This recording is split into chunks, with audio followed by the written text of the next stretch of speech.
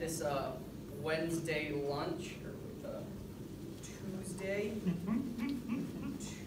lunch. My name is Mac. I said that already, and I'm part of Team Digby. All right. So I worked on Digby Ostelium discoideum. It is a social amoeba, something I really can't relate to. And it eats bacteria like E. coli or Klebsiella. And the interesting thing about this amoeba is that once it runs out of food, it'll undergo development. And so if you look at the life cycle of this Digby, it starts out just as an amoeba, just chilling out. Once it runs out of food, it'll aggregate in these really cool streaming patterns and form a slug, which you can see in the bottom left corner of that picture. And then it'll actually move several centimeters, and then it'll turn into a sorus with the stalk and the spore on the far right. Let's see. So here's what an aggregate looks like close up.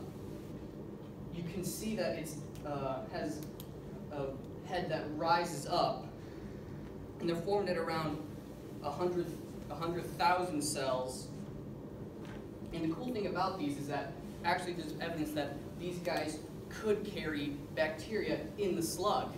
Meanwhile, I can't even carry a conversation.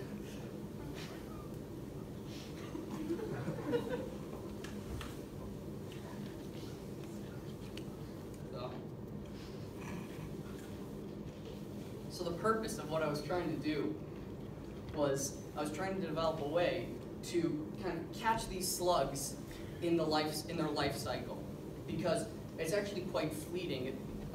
You only have about a couple of hours between when they're an amoeba and when they're already fully developed. And so if you want to look at carriage, we really have to try and get a way to kind of find these guys and know when and where they are.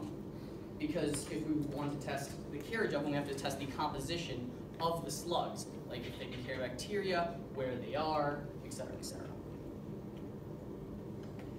And so what I tried to do was develop a process that would let us do that. And so what I did was I co-cultured these Digby amoeba with various food bacteria.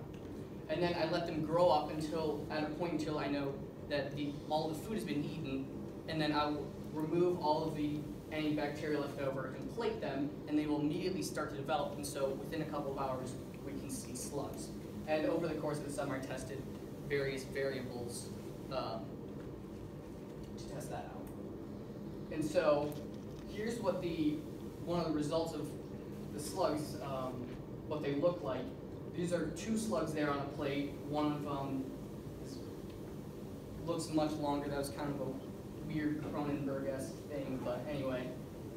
In terms of size, the guy on the left is only around like 2 millimeters, 2 or 3.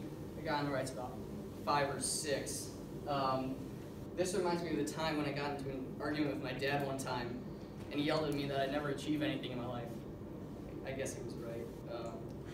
So, on a phototaxis, one aspect that we also tried to work out was getting these slugs to move, because if we plate them down on a plate with bacteria, if we wanted to test like using PCR or something like that, we'd pick up a lot of background bacteria. And so getting to move away from their starting point could be a really useful tool.